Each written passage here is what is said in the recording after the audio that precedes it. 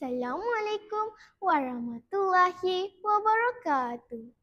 Sirih berlipat terletak rendah, sirih dari Pulau Mutiara. Pemanis kata madah dan indah, awal bismillah pemula bicara. Tak kenal maka tak cinta. Dengan ini izinkan saya memperkenalkan diri. Nama saya Nur Syazaitul Kaisah binti Saharudin.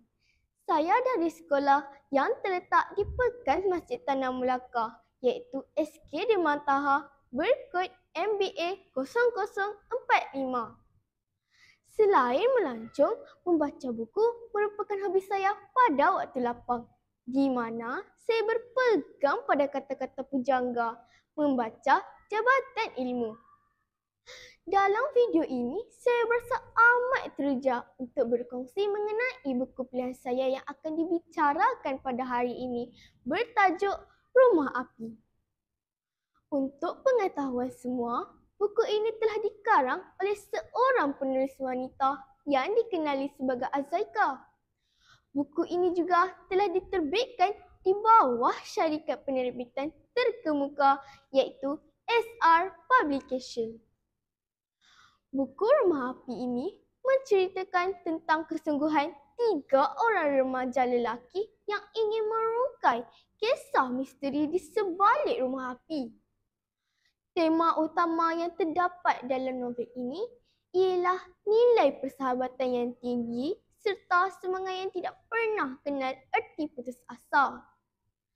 Pada pendapat saya, tema ini bersesuaian dengan tahap pembaca yang terdiri daripada golongan remaja dan kanak-kanak kerana mengandungi nilai-nilai murni yang wajar dicontohi.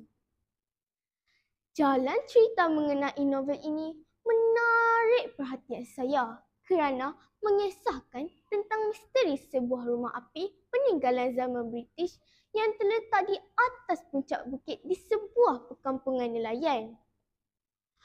Namun, misteri rumah api tersebut tidak menjejaskan 3 sahabat bernama Azmi, Yazid dan Rahmat yang mempunyai hobi memancing ikan. Mereka amat meminati aktiviti memancing kerana telah diajar sejak kecil oleh bapa mereka. Sehinggalah pada suatu hari ketika memancing berhampiran dengan rumah api, mereka terserempak dengan 3 orang lelaki yang tidak dikenali menuju ke rumah api misteri itu. Perasaan ini tahu berkobar-kobar dalam diri Azmi, Yazid dan Rahmat sehingga mengambil keputusan untuk menyiasat siapakah gerangan 3 lelaki misteri tersebut. Hasil siasatan awal mendapati gerak-geri mereka amat mencurigakan dan selalu didatangi oleh 4 orang lelaki lain yang datang membawa beg ke dalam rumah api itu. Jalan cerita buku ini semakin menarik apabila ternyata gerangan lelaki-lelaki misteri itu rupanya penjenayah yang paling dikehendaki pihak polis. Mereka dikenali sebagai Mat Botak, Budin dan Harun. Mereka menjalankan kegiatan menyeruduk dadah dan menjadikan rumah api sebagai tempat persembunyian. Bukan sahaja terlibat dengan dadah, malah turut membunuh dan merompak.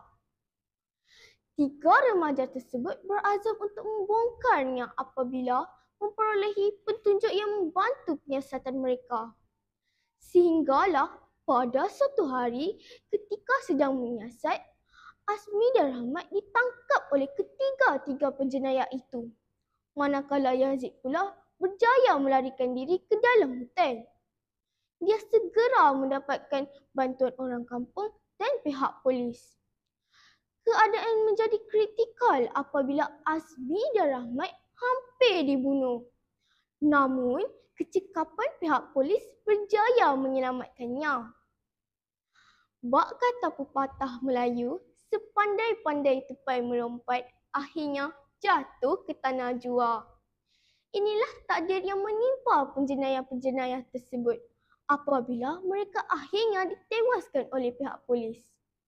Pengajaran yang saya ingin tekankan di sini adalah Buat baik berpada-pada, buat jahat jangan sesekali. Akhir sekali, ingin saya katakan bahawa buku bertajuk Rumah Api ini wajar dijadikan bahan bacaan oleh semua masyarakat, terutamanya golongan remaja dan kanak-kanak kerana mengandungi pelbagai nilai murni dan pengajaran. Sekian, terima kasih.